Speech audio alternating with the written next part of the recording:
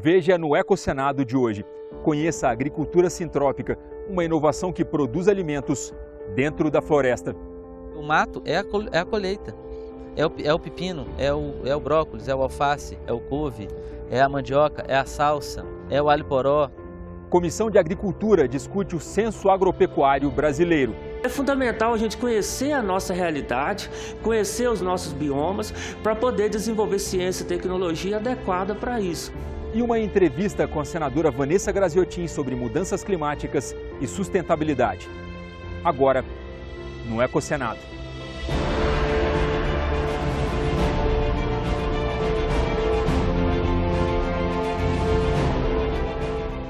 O Observatório do Clima, conjunto de organizações não governamentais que monitora as mudanças climáticas no país, divulgou dados sobre as emissões dos gases de efeito estufa. Em 2015, as emissões aumentaram 13,5% em relação a 2014. Somente em gás carbônico foram emitidos 1,9 bilhão de toneladas, número semelhante ao ano de 2010.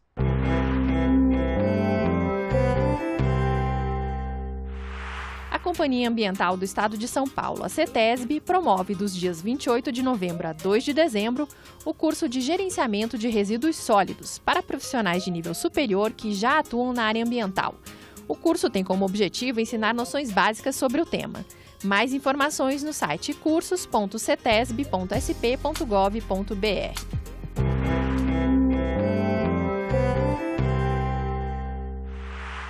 O Censo Agropecuário dá uma radiografia da produção agrícola brasileira. A Comissão de Agricultura fez uma audiência pública para conhecer a realidade do campo nacional, traduzida em números. Em audiência na Comissão de Agricultura, especialistas lembraram que o último levantamento é de 2006. A base de dados está defasada. É fundamental a gente conhecer a nossa realidade, conhecer os nossos biomas, para poder desenvolver ciência e tecnologia adequada para isso. Os participantes da audiência destacaram o fato de que a grande maioria dos produtores rurais não tem acesso à tecnologia que transformou a agricultura brasileira numa das mais bem-sucedidas do mundo e afirmaram que o censo é importante para que essa desigualdade seja reduzida. Há uma concentração produtiva muito grande, a tecnologia e o conhecimento eles existem, você tem instituições fortes que podem promover essa difusão e essa maior adoção desses conhecimentos, mas há uma defasagem educacional, há uma defasagem técnica no ambiente local que não faz com que essa tecnologia chegue ao final, inclusive nessas regiões mais desfavorecidas. Nós temos que ter uma visão clara disso, todos têm que crescer. Eu torço para que o pequeno seja médio e o médio seja o grande. A necessidade do censo foi reconhecida também pelo representante dos trabalhadores. Através de um grande recenseamento agropecuário brasileiro, permitirá que os governos possam acertar mais nas políticas públicas. A Comissão de Agricultura vai apresentar uma emenda ao Orçamento da União de 2017 para garantir a realização do censo. A comissão, por sua vez, ontem aprovou o relatório do senador Roberto Muniz, em que destina uma verba de 1,156 bilhão para a destinação desta comissão para esta finalidade.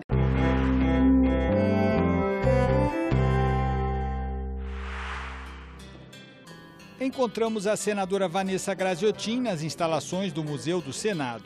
Ex-presidente da Comissão de Mudanças Climáticas, a senadora participou da COP21 no final do ano passado, em Paris, e participa esse mês também da COP22, em Marrakech, no Marrocos. Senadora Vanessa Graziotin, as diversas nações do planeta assumiram compromissos para a redução dos gases do efeito estufa. O Brasil assumiu o compromisso de reduzir em 30% até 2025 as emissões e em 43% até 2030, em relação aos números de 2005. Como é que a senhora acompanhou essas negociações, a senhora que foi presidente da Comissão de Mudanças Climáticas? Na realidade, nós tivemos um avanço muito importante, porque já havia uma percepção de que dificilmente os países chegariam a um momento de fazer um acordo, tamanha a dificuldade. Em relação ao protocolo de Kyoto, a única obrigatoriedade que se dava era aos países desenvolvidos. Os países em processo de desenvolvimento, eles tinham metas, mas eram metas locais, não vinculantes, né? Hoje não, esse novo protocolo já assinado e que, por um acaso não é? E que entra em vigor 1 ano depois de ter sido assinado. Não digo que é o acordo dos nossos sonhos, mas diante das dificuldades que tínhamos, é muito importante. Eu não tenho nenhuma dúvida que o Brasil, ele cumprirá até antes do prazo determinado as suas metas de diminuição das emissões. Mesmo porque as nossas emissões, no geral, em torno de 70%, elas adivinham da supressão das florestas, não é? E a gente conseguiu, acho que desde o início dos anos 2000, a gente conseguiu estabelecer um programa forte no Brasil e que vem contendo o nível de desmatamento, de queimada, de supressão da floresta. A senhora lembrou do desmatamento. Os números do desmatamento, a gente vem acompanhando, sofreram uma grande redução. Se tomarmos, por exemplo, o ano de 2003, 2004, se não me engano, foram 27 mil quilômetros desmatados. Em 2012, chegamos ao nível mais baixo, 4.500 quilômetros desmatados. Mas esses números voltaram a subir. Pouco, se formos considerar os números de 2003, mas já estão em cerca de 6 mil quilômetros. A gente viu recentemente um alerta do Amazon, uma ONG, não é? De que no mês de junho deste ano houve um aumento de 100% em relação ao mês de junho do ano passado. O que a gente pode fazer, digamos, para continuar abaixando esses números, né? Olha, o que me preocupa em relação a essa questão da Amazônia é que você tem que combater, e para que esse combate seja efetivo, do desmatamento, você tem que combater não apenas com ação e com o comando e com a repressão.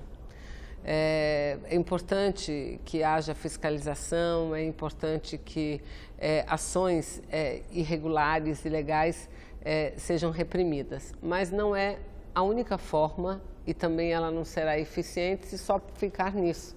Eu tenho dito, eu que vivo na Amazônia, que ando bastante pelos nossos interiores, e o meu estado tem o privilégio de ser um dos que menos desmatou, um dos estados brasileiros que tem maior percentual ainda de cobertura vegetal, e por isso mesmo nós podemos explicar o porquê que outras medidas são importantes. E a principal de todas que eu vejo é você dar condições de implementar na região um processo de desenvolvimento sustentável. O processo de desenvolvimento sustentável, ele não está apartado da floresta. Ele pode sim explorar tudo aquilo que a floresta pode nos dar, mas explorar de forma racional, explorar de forma eficiente, não é? Então eu creio que o combate à queimada tem que ser permanente, e não é só na questão policial, não é na repressão só, mas também no desenvolvimento de políticas que alcancem aqueles moradores tradicionais, aqueles empresários que atuam na região também. A gente tem vários marcos legais que passaram aqui pelo Congresso. Eu me lembro aqui da questão do novo Código Florestal, onde a gente tem o Cadastro Ambiental Rural, que está sendo implementado. Tivemos o marco legal da biodiversidade, que eu acho que se enquadra muito dentro dessa perspectiva que a senhora colocou, não é? De desenvolvimento sustentável, voltado para as populações tradicionais, não é? Como é que a senhora vê o papel do Congresso, a própria Comissão de Mudanças Climáticas que a senhora presidiu nesse processo? Qual o papel do Congresso? E além disso também, por exemplo, nós temos uma outra lei que é a lei de regularização fundiária para a região amazônica, que esse era um dos nossos maiores problemas. Nós temos grandes vazios demográficos na Amazônia, não é?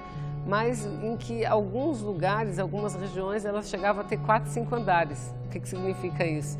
Você ter, para uma única terra, 10 títulos de 10 proprietários diferentes. Obviamente que é tudo falsificado, mas são títulos e títulos que serviam muitas vezes para pagar dívidas perante o poder público, sobretudo o INSS, não é? Então, nós aprovamos também o Congresso Nacional. Estou dando um outro exemplo do papel que o Congresso Nacional cumpre. Isso muito a partir, essa iniciativa foi muito a partir de uma demanda e uma exigência do próprio Congresso Nacional. Aprovamos uma lei de regularização fundiária na Amazônia, onde as pessoas que comprovam que ocupem pedaços de terras relativamente pequenos, inferior a alguns poucos 10 e 12 hectares, eles terão acesso ao título de propriedade gratuitamente, ou então ao título, a cessão de uso, quando a terra esteja numa área de várzea e tudo mais, de forma gratuita. E para aqueles que têm uma terra maior e não têm a sua situação legalizada, esses passarão, dependendo do tamanho, a pagar o Estado brasileiro. Esse é um outro projeto aprovado, uma lei muito importante, mas que, tal qual o cadastro rural, ela anda muito lentamente. Por quê?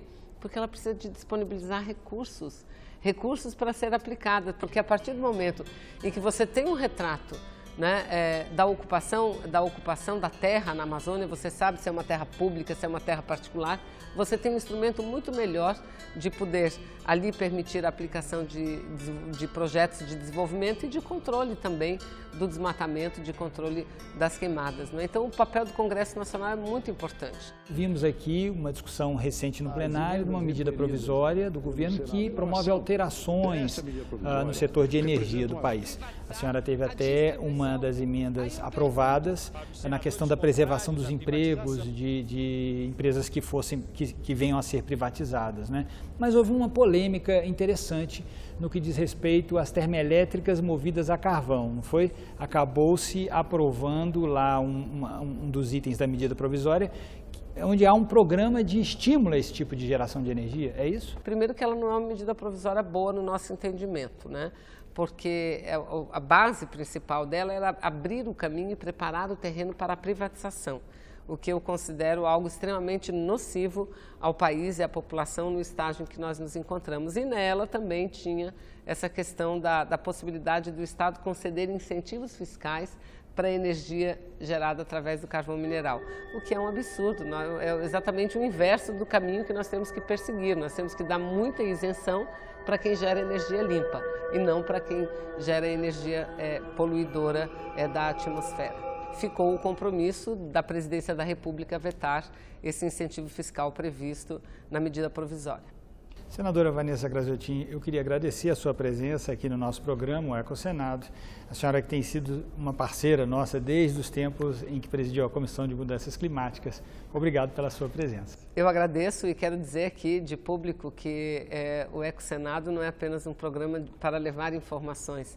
Isso é muito importante também para atuar acompanhando o processo legislativo, mas tem contribuído muito para o que o Senado cumpra o seu dever de casa, porque quando a gente fala em mudanças climáticas, em mudanças de hábitos, né, que ajudem o planeta, nós não estamos falando só do poder público ou da casa dos outros, nós estamos falando da nossa casa também. Então, o Senado tem procurado cumprir esse papel, cada dia mais diminuindo a quantidade de papel mesmo que se gasta, porque utilizar mais a tecnologia, não é? Então, isso é muito importante. Eu tenho e sei que isso, em boa parte, nós devemos ao empenho do conjunto dos servidores, daquelas e daqueles que atuam aqui trabalhando no Senado Federal. Muito obrigada.